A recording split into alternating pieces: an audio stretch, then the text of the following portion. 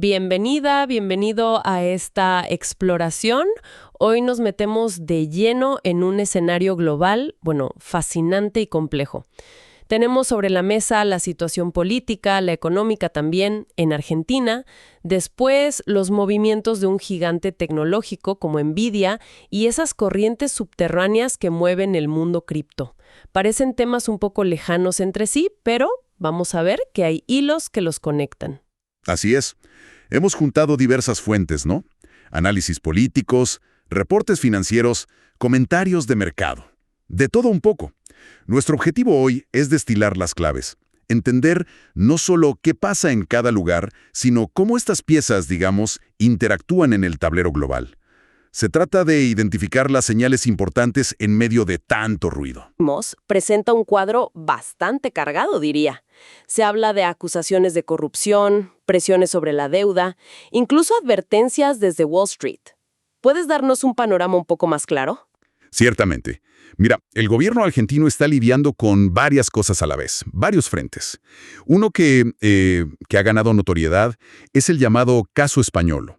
Gira en torno a supuestas coimas, sobornos, ¿no?, en la Agencia Nacional de Discapacidad. Y lo delicado es que las acusaciones apuntan a figuras cercanas al presidente. Se menciona a su hermana, Karina Milei. Es un asunto, con implicaciones políticas serias. Entiendo. ¿Y cuál ha sido la postura oficial? Frente a acusaciones tan graves. Imagino que no se quedaron callados. Para nada, la reacción fue de negación rotunda. El jefe de gabinete, Guillermo Francos, dijo que era una operación política orquestada por la oposición. Incluso le dio un contexto, ¿no? Lo vinculó a una ley de emergencia en discapacidad que, según él, implica recursos que el Estado ahora mismo no tiene. Y el propio presidente Milei fue más directo todavía. Dijo, todo lo que dice Españolo es mentira y que piensan llevarlo a la justicia. Una defensa fuerte, vehemente. Pero, más allá de lo que dicen, ¿qué impacto real está teniendo esto? ¿Cómo se ve desde afuera?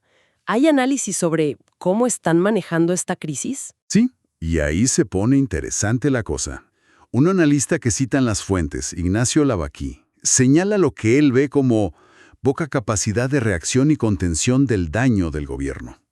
Dice que es un tema particularmente complicado para ellos ahora. Y esta percepción de debilidad, podría ser relevante, sobre todo pensando en las elecciones que vienen. Hablando de complicaciones, la economía no parece dar respiro. Mencionaste una licitación de deuda importante. ¿Cómo les fue con eso? ¿Lograron lo que buscaban? Fue una operación financiera clave, sí. El objetivo principal era renovar vencimientos de deuda, evitar que esa plata saliera al mercado y presionar a la inflación, o el tipo de cambio. Y en volumen, fue un éxito. El Tesoro consiguió renovar el 114% de lo que vencía. Adjudicaron una suma grande, 7,6 billones de pesos. ¿114%? Eso es bastante. Sí, pero este éxito tuvo un precio. ¿Un precio? ¿Te refieres a tasas de interés altas? Exactamente. Para atraer toda esa plata, tuvieron que ofrecer tasas elevadas. Llegaron hasta un 4,8% mensual en algunos papeles. Eso alivia la presión ahora, en el corto plazo, pero claro, implica un costo financiero más grande a futuro. Es un equilibrio delicado, ¿viste? Y en medio de toda esta tensión económica, apareció una advertencia, y no de cualquiera, de Morgan Stanley. ¿Qué es lo que les preocupa a ellos específicamente? Es una nota curiosa, porque por un lado mantienen una visión general positiva. Recomiendan sobreponderar acciones argentinas, o sea, tener más de esos activos de lo normal en una cartera. Pero, al mismo tiempo, lanzan una advertencia bastante clara. Dicen que inversores internacionales están confundidos por las recientes políticas cambiarias y monetarias. Confundidos. ¿En qué sentido? ¿Falta de claridad? ¿Señales que no se entienden? Precisamente eso. La fuente apunta a que hay, confusión sobre la estrategia del equipo económico de Luis Caputo. Morgan Stanley advierte que los riesgos para 2025 se están volviendo más claros. Hablan de posibles tensiones cambiarias y de la necesidad de mantener tasas de interés altas para defender esa banda cambiaria que el propio gobierno se puso. Esa combinación, dicen ellos, genera dudas sobre el crecimiento de las ganancias de las empresas hacia 2025 o 2027, sobre todo si se miden en dólares. Es como un llamado de atención, ¿no?, sobre la sostenibilidad y la claridad de la política económica a mediano plazo. Y todo esto pasa con elecciones intermedias a la vista. ¿Qué tanta relevancia tienen estas elecciones? especialmente las de la provincia de Buenos Aires que mencionan los análisis. Mira, aunque son elecciones legislativas, locales, se les da una relevancia simbólica muy fuerte. Se ven como un termómetro, ¿no? Un termómetro para medir las chances del kirchnerismo, que es la principal oposición, de volver al poder nacional en 2027. Y para el gobierno de Milei, que hoy está en minoría en el Congreso, estas elecciones son cruciales. La pregunta es, ¿cuántas bancas logra sumar? El objetivo ideal sería acercarse a tener 1/3 del Congreso y sacar cerca del 40% a nivel nacional, para consolidarse, digamos. ¿Y cómo está el ánimo de la gente en general? ¿Qué dicen los análisis sobre eso? Los análisis que revisamos sugieren un panorama complejo. Se habla de una caída bastante fuerte en las expectativas de la población respecto de la economía. Hay más pesimismo. Y además, se identifica un costo político. ¿Por qué? Por temas sensibles como las jubilaciones o la gestión de la discapacidad, que se conecta con el caso español que hablamos antes. La conclusión que parece desprenderse es que el gobierno probablemente necesita hacer correcciones. Y no solo en lo monetario o cambiario, quizás por esa confusión que nota Morgan Stanley, sino también en su manejo político y la relación con el Congreso. Es un llamado a ajustar la estrategia, parece. Bueno, dejamos a Argentina con todos estos desafíos internos y saltamos al escenario tecnológico global.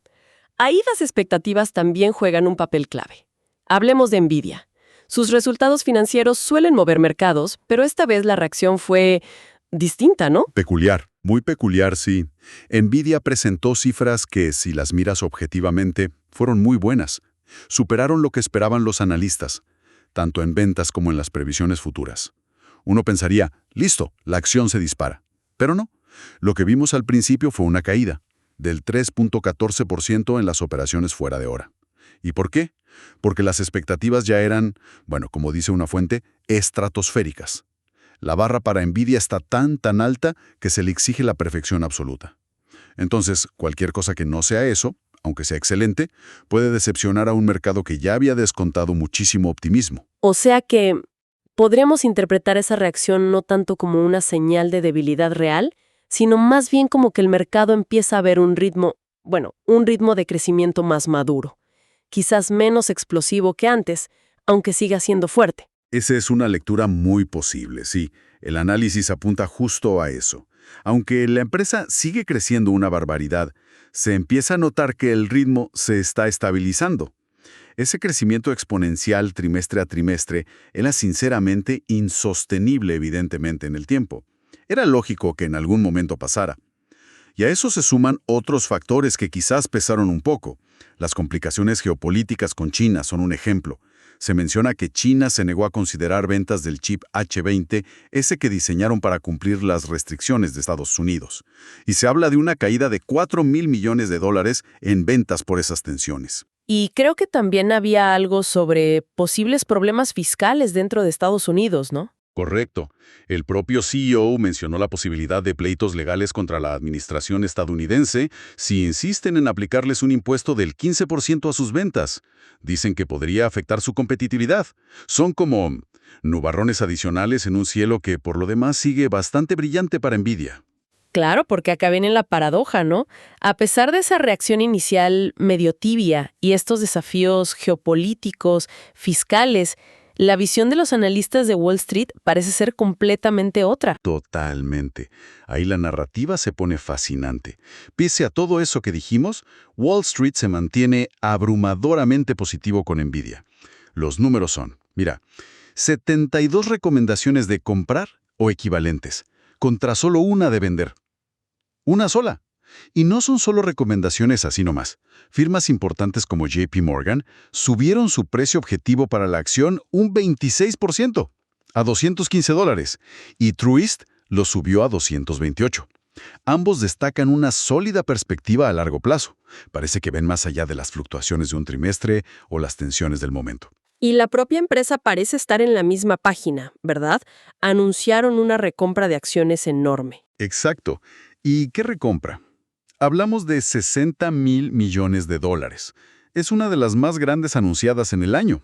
Esa es una señal muy potente de confianza, de la propia dirección de Nvidia en el valor de sus acciones, en su futuro. Es como si le dijeran al mercado, miren, incluso con estas expectativas y estos vientos en contra, nosotros creemos que nuestras acciones valen más.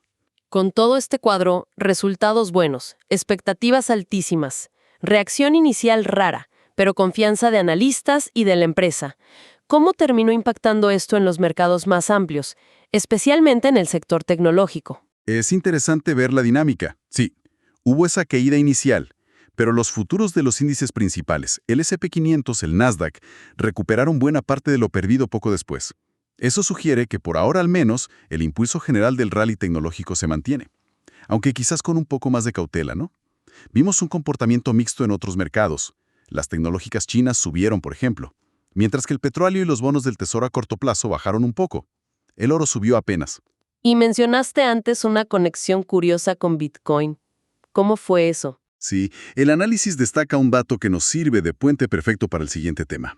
Bitcoin registró una tranquilizadora subida de 1.58% en medio de todo esto, y añade la observación de que Bitcoin tiende a anticipar los movimientos del Nasdaq bastante bien. Esta correlación, o a veces anticipación, nos lleva directo a explorar qué está pasando en el mundo cripto y su relación con la liquidez global. Perfecto. Entremos entonces en ese universo.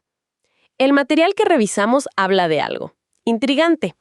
Un desacople reciente entre cómo se mueve Bitcoin y los indicadores tradicionales de liquidez global, como el M2, por ejemplo.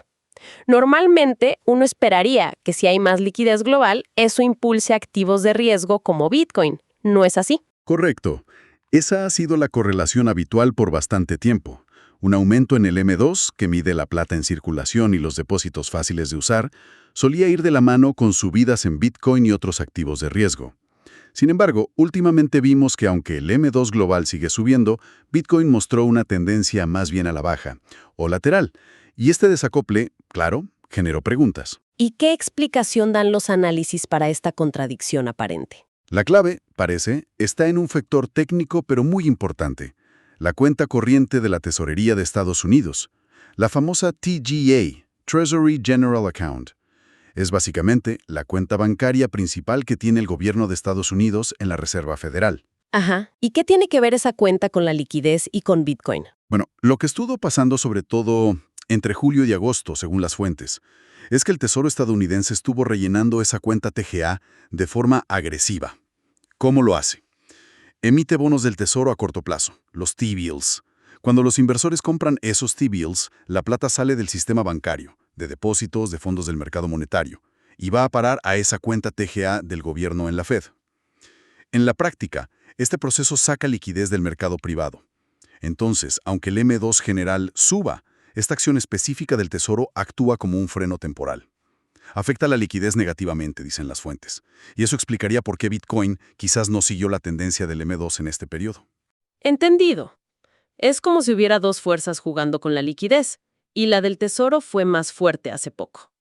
Pero esta operación de llenar la TGA no puede durar para siempre, ¿o sí? ¿Qué se espera ahora? Exacto, se ve como algo temporal, y las expectativas del mercado ya están mirando más allá de eso.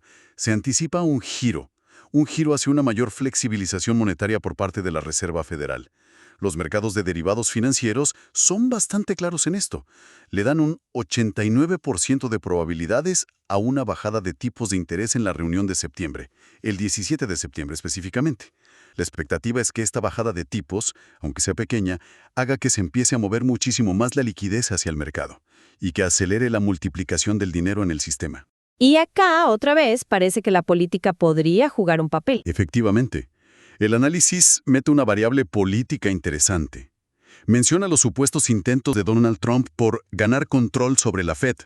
La estrategia que describen sería buscar reemplazar a miembros clave del comité que decide las tasas, como Lisa Cook, si él gana las elecciones. La especulación que circula según estas fuentes es que si Trump logra influir más en la Fed, los recortes de tasas podrían ser más agresivos. Se habla de que no serán solo de 0,25%. Esto, claro, añade una capa de incertidumbre y de posible volatilidad a lo que se espera de la política monetaria. Con este panorama, la presión actual de la TGA, pero la expectativa de futura liquidez, quizás acelerada por política, ¿qué significa todo esto para el mercado cripto, en el corto y mediano plazo? Mira, la lectura que predomina en los análisis es de un optimismo de fondo. La expectativa de esta inyección de liquidez, que parece inminente o al menos muy probable, está generando un sentimiento alcista en el sector cripto. Hay analistas que incluso hablan de un posible boom. Creen que va a brotar una cantidad de capital al mercado que lo desbordará y que eso va a superar, y con creces, el efecto contractivo temporal de la TGA. ¿Y eso cómo se traduce en estrategias? ¿Qué están haciendo los que operan en ese mercado? Según el texto, los traders, los especuladores, están buscando activamente posicionarse en long, o sea, apostar a que los precios van a subir. ¿En qué? En aquellos tokens que sean masivamente mencionados. La idea es tratar de capturar parte de ese flujo de capital que esperan que entre. El mensaje general que transmiten las fuentes, frente a las correcciones o la lateralidad reciente, es de mantener la calma. Consideran que la estructura del mercado cripto es alcista completamente. Y el consejo es no entrar en crisis y no entrar en pánico. Ven la situación actual más como una pausa antes del siguiente impulso alcista. Bien, hagamos entonces una recapitulación de todo este recorrido que hicimos. Empezamos en Argentina, ¿no? Un país que está lidiando con tensiones políticas internas bastante fuertes, desafíos económicos grandes como la gestión de la deuda y esa necesidad de aclarar sus políticas para calmar la confusión de los inversores internacionales. Todo esto, además, en un contexto preelectoral clave. Exacto. Después saltamos al mundo corporativo con Nvidia. Un gigante tecnológico que, a pesar de dar resultados excelentes, enfrenta la presión de expectativas casi sobrehumanas. También desafíos geopolíticos y fiscales, pero que llamativamente mantiene una confianza muy fuerte tanto de los analistas como de su propia dirección. Esa recompra masiva de acciones es prueba de ello. Y finalmente, exploramos el mercado de criptomonedas, donde vimos una dinámica fascinante.